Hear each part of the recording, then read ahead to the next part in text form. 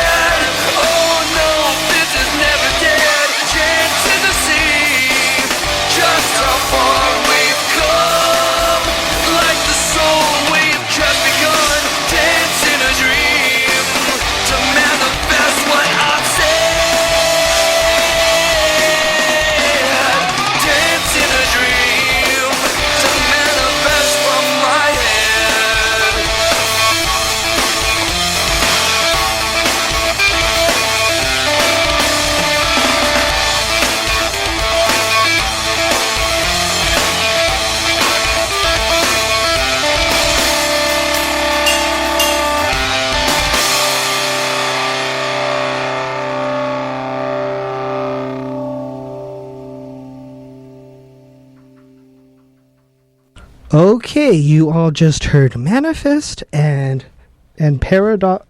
Players of Paradox. Forgive me, that was pretty bad on my part. Players of Paradox, both by Vie Jester, from their album Cognisense. Oh my! Wait a minute. What? Somebody was on the phone. It was pretty good.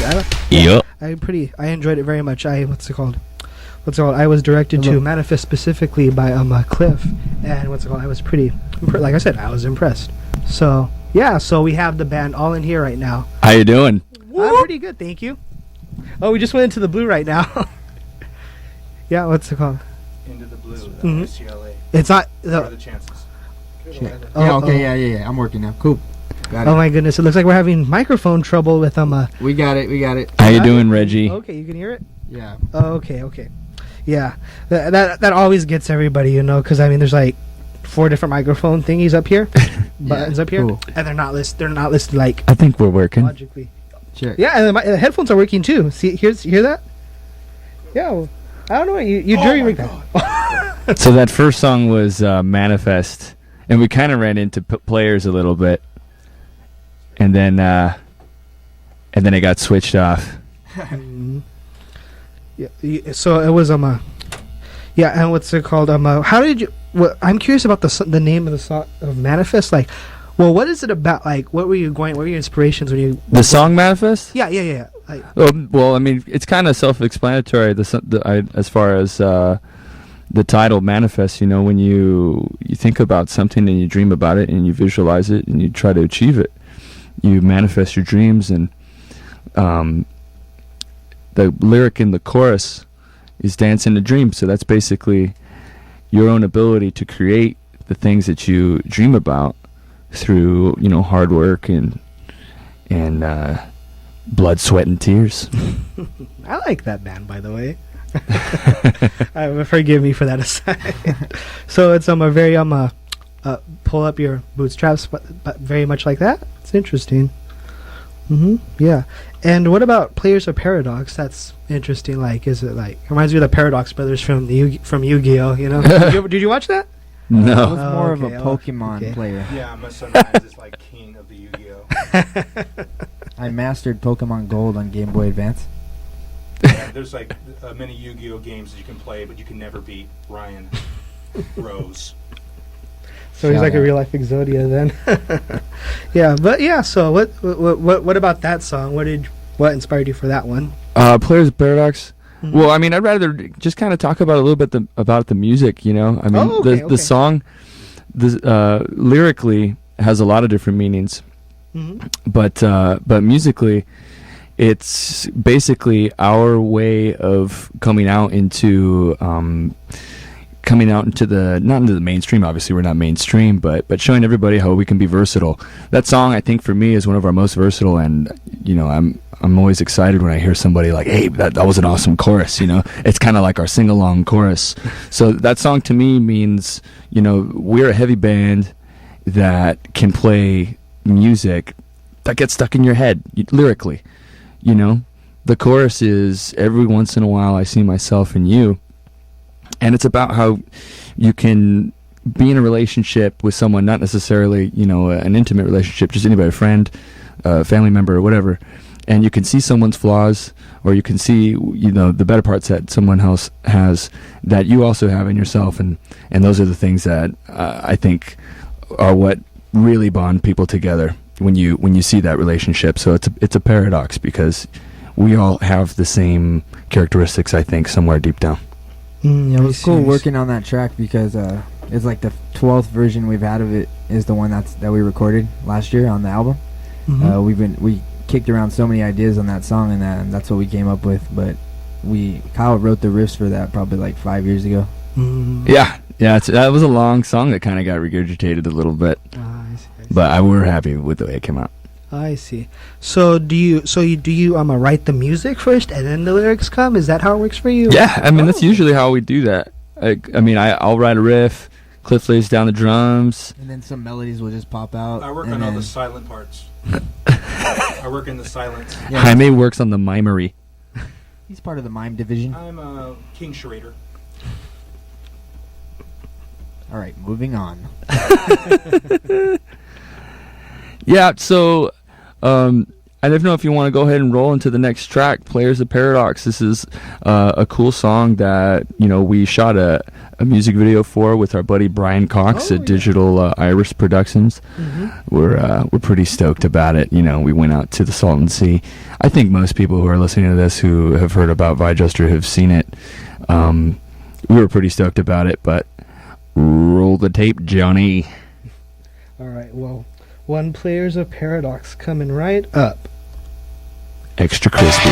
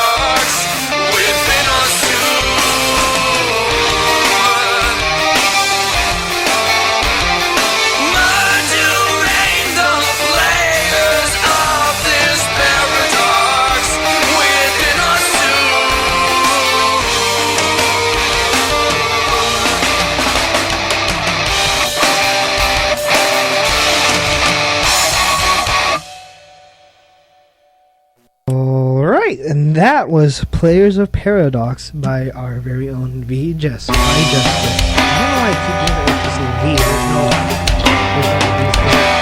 There's no V. Bye. Oh my god, you're right. I Yeah, forgot. humanity I'm not really used to- I'm really not wants used to be to- played today. That's all. It's like, play me. That was a manifestation. The machines are taking We're over gonna have to tonight. save that for another day, aren't we? Yeah. Let's see if you guys want to play it. I mean, it's not a problem. My offer stands, but yeah. So yeah, about Players of Paradox, and you were talking about how you when you write music. Well, wait. First, I'm getting ahead of myself. Why don't you guys introduce yourselves? I don't like. Sure. Yeah. No. Your spot, but- I'm Kyle. I'm the person to who you were referring. Mhm. I'm the lead. That guy. My name's Kyle. I'm the lead singer. I play guitar as well. My name's Cliff. I sing backup and I play the tubs. My name is Jaime, and I slap at the bass. I slap at the bass. Is that a reference to the Master of Disguise? Oh, Mr. Disgazy. No. I think that started. From I Love You Man. That Yeah, I'm pretty sure, Jobin. You watch your language over there, Kyle. Yeah. Well, I was saying what's called. So that's you were talking earlier. You were talking about you write like the music, and then the lyrics come to you, and just like I don't know. It's because I'm not. First off, I'm not a musician, so like but I do write occasionally. And first, like I'm thinking like, okay, I know what I want to say, but I don't like. I try to think of like maybe I write songs, and I'm Yeah. like, okay, I got lyrics here, but what is it going to sound like? Yeah, a lot of people do that. I think that's actually the way most songwriters do it. They think of the message first, or they think of like a lyrical melody, and they kind of go from there. So I think maybe I'm backwards, just because I started playing guitar first. That was like my main instrument, and I just started to sing for the band because we needed someone to sing. And over the years, I became a little bit of a lyricist myself. And that's kind of the way we work now. I see. Not always, though. Every once in a while, I'll come up with a nice little lyrical melody, and then I'll throw a riff to it. But yeah, Okay. everyone works different, I guess. Okay, that's cool. Yeah, and so I'm curious about because Manifest and Players of Paradox and that little last snippet, Humanity, the album they're a part of is called Cognisense, but it's not like Cognisense, you're aware of yourself. It's spelled Cognisense, like common sense. So what prompted you to pick that for the album name? Is it connect to the songs in general? Is there a specific connection to the songs? That's a good question. That's actually the first time we've been asked that. Cliff, you want to try to handle that? Yeah, it's Cognisense spelled that way. It's similar to Cognisense, but it's more of like a personal knowing your surroundings, like being aware of what's going on and not kept in the dark about issues, stuff like that. That's kind of the theme of our band. We try to make that heightened awareness of activity. As far as like self-awareness, cultural awareness, ecological awareness, political awareness. We feel like a lot of people are kind of in the dark these days, man. There's a lot of crazy stuff going on. At least people in America sometimes tend to not really care about some of that stuff. So yeah, we're a band about awareness. I see. That's the point of Vie Jester. The one thing I got when I noticed this beautiful cover for Cognisense is it almost looks like a skin texture. And I like the idea. It's like being aware. Most people use that their was an eyes. accident. Yeah, that was a No, I'm just misprint. kidding. But seriously, if you look at this beautiful artwork, it just looks like a texture of skin, a cognisense, a tingling, a sensation running through your body, up your skin, up your hairs, to the brain, down to your heart. It's something magnificent. We tried the cheetah print, and it wasn't working for the album cover. I would have weren't. gone with plaid myself. That's why I don't design the covers. Yeah, our homie Luke hooked us up with that artwork. Shout out to Luke Reynolds. And our other homie Andre Cosrea. Yeah. He Yeah, hooked it up with the original logo. Yeah, they helped us out with all those graphics. Okay, cool, awesome. Yeah. Did you come up with that little bit right now? Did you come up with that on the spot, or had you planned it? My grandmother told me that when I was 10. She told me, "Mi hijo tienes hambre?" I said, "Grandma, now's not the time. I gotta talk about this album cover." And that's what happened. Mira, it worked out. Oh wow, that's good. That's an interesting little anecdote. Nice quip. Yeah, exactly. Thanks, buddy. Yeah. So okay, and what's it called? Speaking of like meanings and what's it called? What is the what? How did you guys decide upon Vie Jester? Like, I mean, I know what a jester is, and I know what to vie for something is, but what is it like when they're together? What is that? Oh, you know what Vi means? You're about the first in about 30 people. Oh, really? I'm just kidding. I'm gonna clap for you. Oh, thank you. Yeah. This man reads. Vi Jester was kind of a term that I had thought up, in that sense of thinking about awareness. Mm-hmm. Because a lot of people aren't aware that the corporatocracy that governs the United States has made it very difficult for the common person to really succeed on a level that would generate happiness on I think on a level that people should have as a right as a human being. So that that might be kind of deep right then, but that's a little bit of what that is about. Vi Jester, it's basically saying, give it a chance. We might be looked at as like clowns, but everyone's got a chance. I see. Yeah, and so you mentioned the corporatocracy and stuff. So what are the issues? And you talk about awareness. So what issues do you feel you need to raise the awareness about, like the most? That you feel are most significant, that you are most personally in tune with, I'm concerned about, so that you guys raise in your music. I'll just give one. We don't really tap into this too much. I try to keep away from the political a little bit. You know what I mean? But I would say one thing is the separation of Democrats and Republicans. The facade that they're actually two separate entities. You know what I mean? Mm-hmm. I see. That's one thing that I think people should be more aware about. I see. Cliffy. You should talk to Abby Martin. I interviewed her like almost over a year ago, and she talked about that too. Yep. So, yeah. It's just kind of talking about, like, instead of singling out like, oh, you have different beliefs than me, kind of uniting with your fellow man to better yourself and humanity, instead of just pointing the finger at a different group all the time. I see. Well, I like the throwback you were saying about players of paradox, Kyle. It's you're saying you're looking for what's a twin flame. That twin flame reference always gets like to Jennifer Pye, who is my twin flame. Close birth dates. She gets me whenever fights. It's emotional. That's just talking how about it his is. wife. I'm talking about Jay Pye, the one and only. But you find out that there's someone who resonates with you that's on the same kind of wavelength with you, and you find out that you guys are similar, two separate beings, but you're the same. Absolutely. When you look at those down to the nitty gritty, what are the core values, wants, needs, desires you have? I think it's just we're all the same, different skin, different personalities, but same life. For real, man. That's only mine, but I could be wrong. That's what a soulmate is. I totally agree. That's what that lyric is about. You got it, dude. That's funny. And what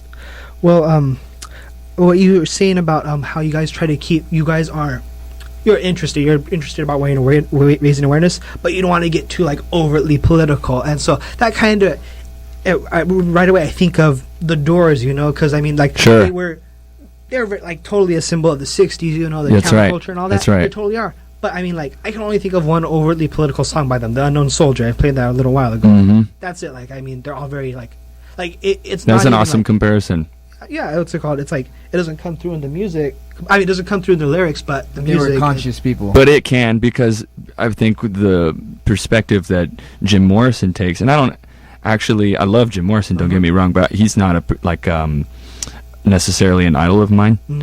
I completely respect what he does, but I didn't grow up listening to Jim Morrison. I grew up listening to the music of the '90s, like Soundgarden and stuff like that.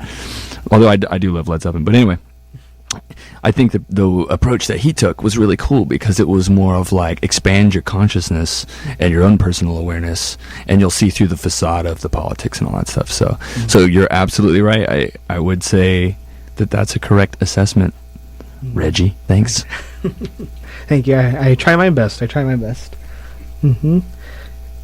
Yeah, and it's and also you guys were discussing like unity and like just like how you Did you say nudity?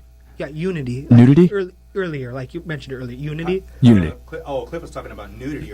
Oh, nudity. Okay, Unity. Okay, yeah. No, I had a Pokemon. I heard that. So, Oh, yeah, I mean, my only take, and I could be wrong. It's only my personal opinion, but it's about unity. Try to cut down all the roles you play, cut down everything you've been taught, everything you've been conditioned to believe about yourself, and even your ideals. I mean, you strip it down. If you grew up in another part of the world or another belief, then you might be very, very similar. So you try to get down to like being a kid again. Just figure it out, man. Throw some freaking Bakugan down and just roll out. But that's what nudity is about too. Stripping down. That's in the physical side, but it definitely is. If you're very comfortable with being human and exposing yourself, what the hell am I talking about? Oh my gosh. you're on a roll right there. You're on the right keep path going. now. Keep going. He will rant. Why did we give him a mic? I brought this one. Don't even play, man. So yeah, but yeah, so it's all, so you were about like, so you guys were talking about how you want to be to like so unity, you know, like we want to go back, get beyond different petty differences, you know, Correct. left, right, you know, and like connecting with your soulmate and stuff like that. So do you guys want to open up why that is so like how that became so paramount to you, that topic, like unity, just like connecting with your fellow man, your Sure. neighbors? Well, I mean, that's just one aspect of what the band's about, you know, that for just that song. And, you know, I'm sure we'll probably have more songs in the future that have something to do with that. But yeah, I think that should be paramount for most people in their lives. If that's what you feel you need, you know, not everyone's like that. Oh, that's true. I don't know. I like so some, you know, like they like to say, no man is an island. But what's it called? I think a little self sufficiency is good. You know. Absolutely. Maybe just a tiny bit, but yeah. All right, and I'm curious about well, what are you guys' plans now? I know you guys were recording you in the studio for like this past month, working on a new album. So what's up for you guys? What's in the future? Our new album should be out in November. And we have a few shows this month. Next Friday, or this coming Friday actually, at the Foundation Room in House of Blues. It's upstairs, and yeah, rumor has it the House of Blues is closing, so it should be one of our last times there. Oh wow. And so we're playing at the Foundation Room. Hit us up for tickets. And then we're playing in Tarzana at Petey's Place on September 26th. Oh, okay, cool. So those are the majors right now, and the album is coming along real nicely. So yeah, we're really excited about that. We had an opportunity to record at Pinnacle College in Alhambra, which is an engineering recording school, and we've been in and out of there since the beginning of August. We're really excited, man. We got some cool stuff for all the new fans, for all the old fans, for everybody who wants to see rock music getting back. Everybody who thinks rock music is dead, I think we got news for them. Oh yeah, well that reminds you, it's called Gene Simmons recently announced, well, in his opinion, you have to take his opinion into consideration because he's Gene Simmons, but his opinion, but still, rock is dead. So what do you guys make of that? Do you guys agree with him, disagree? Yeah, I saw that article that was circulating online. Yeah, he came out and was saying, I think he's coming from the opinion that he's had his own label, and I've heard that he's tried to help a lot of bands out over the last years, and he probably realized that it wasn't going anywhere with any of these bands, and he was just kind of griping because pop music and hip hop is kind of a lot more popular than rock nowadays, and so he was saying that rock is officially dead, but I don't really think it's dead because there's a lot of popular bands in rock still. Like, he should have said rock is not number one anymore, or it hasn't been for a while. Or dying.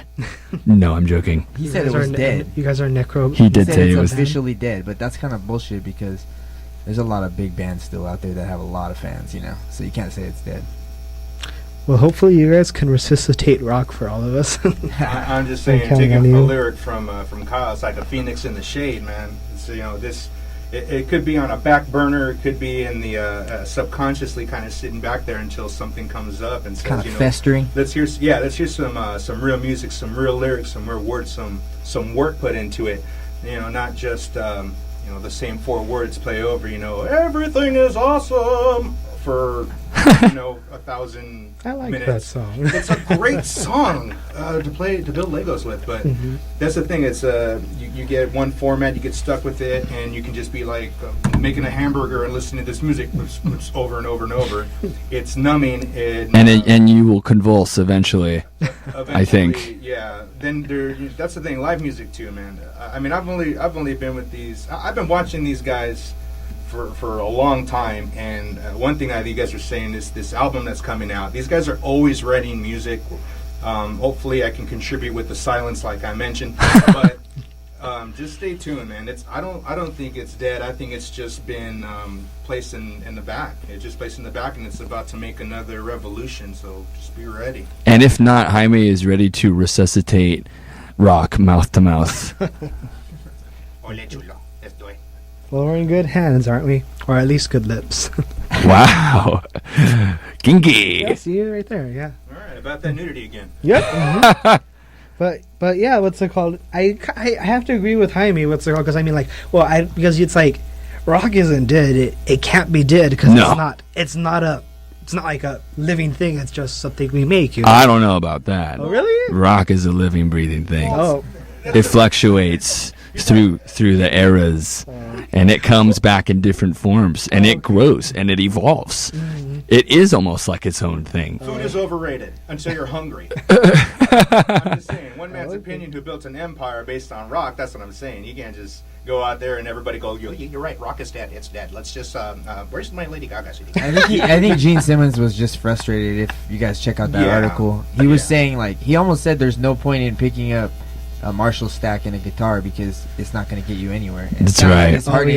That's right. It's heartening hearing him say that. And he was like, "Oh, when Kiss came out, it was so easy."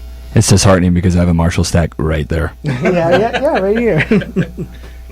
But rock in that form that Gene Simmons knew in his era and that day, you kind of gotta admit, is a little dead. is a little dead. Okay, there are some pretty cool rockin' bands that just didn't really they couldn't break through the mainstream. What's that band with the Eagles of Death Metal? That's a cool rockin' band. You know what I mean? Kind of had a throwback style. They did. It was kind of quirky. They did. It was definitely quirky. I don't know if Reggie, you're familiar with the Eagles of Death Metal. I don't think I've heard of that. I don't know much Josh about Homme from Queens of the Stone Age plays drums and backup sings. It's kind of like a throwback style, but modern. I see. But they kind of have a handful of fans. They do have a good following, for sure. But they never got played on K-Rock, as far as I know, or any like mainstream radio around here. I might have to check them out. They're good. It's cool music. I saw them live. I see. Yeah, I'll check them out. But yeah, about like rock, like dying. It's like, well, but you're right. I see what you're saying. Like, and I see the point. Like, if you look like even back in the 70s, rock and roll, like it's played by Elvis and like Chuck Berry, that was already dead. That had been dead for like 20 years. So I see that. There's nobody doing that anymore. Yeah, exactly. It's evolved, so it's like, you know. Yeah, it's evolved into psychobilly. Oh yeah, exactly. Nah. Yeah, maybe it should have just gone extinct. You know. I'm just kidding. Nothing, not to knock them. Just couldn't resist. But I don't know. But yeah, like what I mean, like it's not a living thing. What I mean is like in the way that it's made up. It's in the way that like I mean like culture stuff like that is made up. It's not like it's like just some mystical force cruising around or whatever. I mean like it's like sure. It's like I don't know, man. You haven't seen Tenacious D and the Pick of Destiny, have you? Oh, that's true. Right. I have to reserve judgment then. I have that pick, by the way. Because it's the pick of Destiny, child. Oh wow, we have like a minute left, but but I know we want to get in radioactive in. So I want to get radioactive in. If there's anything else you guys, so we'll get that in. Yeah. I think it would be cool if you guys can check out our website and some of our social media. Yeah, check out viejester.bandzoogle.com. That's our official homepage.